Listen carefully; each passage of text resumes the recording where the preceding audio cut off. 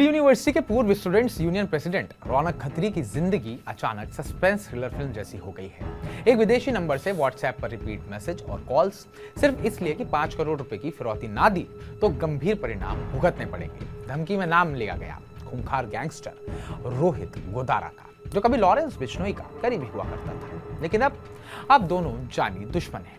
क्या यह धमकी सिर्फ उगाही है या गोदारा लॉरेंस की लोकप्रियता को धक्का पहुंचाने की चाल चल रहा है? आइए इस गैंग वॉर की लेयर्स को खोलते हैं और जानने की कोशिश करते हैं कि आखिर इस सब में रौनक खत्री कहां से आ गए और लॉरेंस बिश्नोई अब क्या करेगा। नमस्कार, मैं उत्कर्ष प्रताप सिंह और आप देख रहे हैं टीवी 9 भारतवर्ष।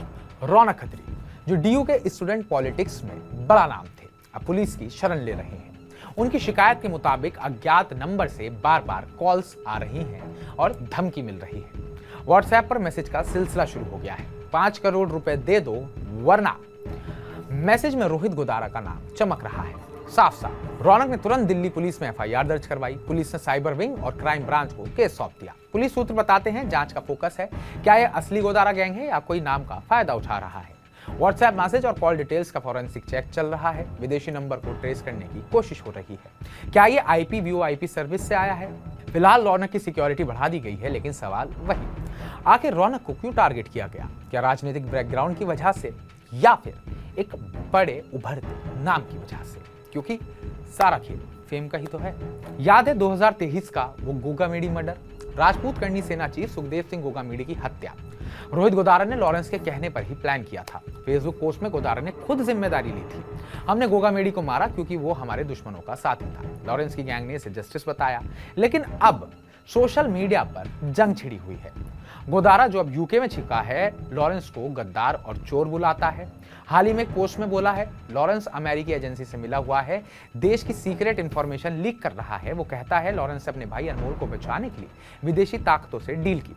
लॉरेंस की तरफ से हार्वी बॉक्सर जैसे उसके दोस्तों ने जवाब दिया कि ट्रेटर प्रीचिंग कर रहे हैं, यानी गद्दार उपदेश दे रहे हैं। गोल्डी बराड़ भी गोदारा का साथी हो गया है। ये दुश्मनी इतनी गहरी है कि खूनी गैंग वॉर की आशंका है। पर गोदारा जिस तरीके से अब बड़े बिजनेसमैन और बड़े फेमस लोगों को धमकी दे रहा है, तो उससे ये चीज भी साफ नजर आती है कि गोदारा अब अपना वर्चस्व फैलाना चाहता है और अपना नाम स्थापित करना चाहता है। गोदारा खुद कहता है मीडिया हमें लॉरेंस से मत जोड़े, वो गद्दार है, लेकिन धमकियां देकर वो लॉरेंस की लोकप्रियता, खासकर आपराधिक दुनिया में, उसे कम करने की कोशिश कर रहा है। दिल्ली एनसीआर में बिजनेसमैन को 5-5 करोड़ की कॉल्स आ रही हैं। गोदारा का नाम लिया जा रहा है। क्या यह सिलसिला लॉरेंस के गैंगस्टर वाले फेम को कम करके खुद का डर फैलाने और खुद का साम्राज्य बनाने की मंशा से हो रहा है, या फिर सच में रोहित गोदारा की इन लोगों से कुछ दुश्मनी है? वहीं अभी तक लॉरेंस बिश्नोई ने रौनक खत्री वाली धमकी पर कुछ नहीं कहा है, क्योंकि जेल में बंद ये गैंगस्टर सोशल मीडिया से ही बोलता है, तो सोशल मीडिया पर अभी साइलेंस है। कभी सलमान खान को टारगेट, कभी पॉलिटिशियंस को टारगेट, लॉरेंस बिश्नोई भी ऐसा कई बार कर चुका है। लेकिन गोदारा की गालियां खाने के बाद उसके एड्स से जवाब मिला है। क्या लॉरेंस भी अब खुद कुछ बोलेगा या ये सिलसिला यूं ही चलता रहेगा? एक के बाद एक फेमस फेस को धमकी। पुलिस को शक है ये गैंग वॉर का एक नया फेस है जो सोशल मीडिया पर चलती है, जहां नाम का दुरुपयोग भी आम हो गया है।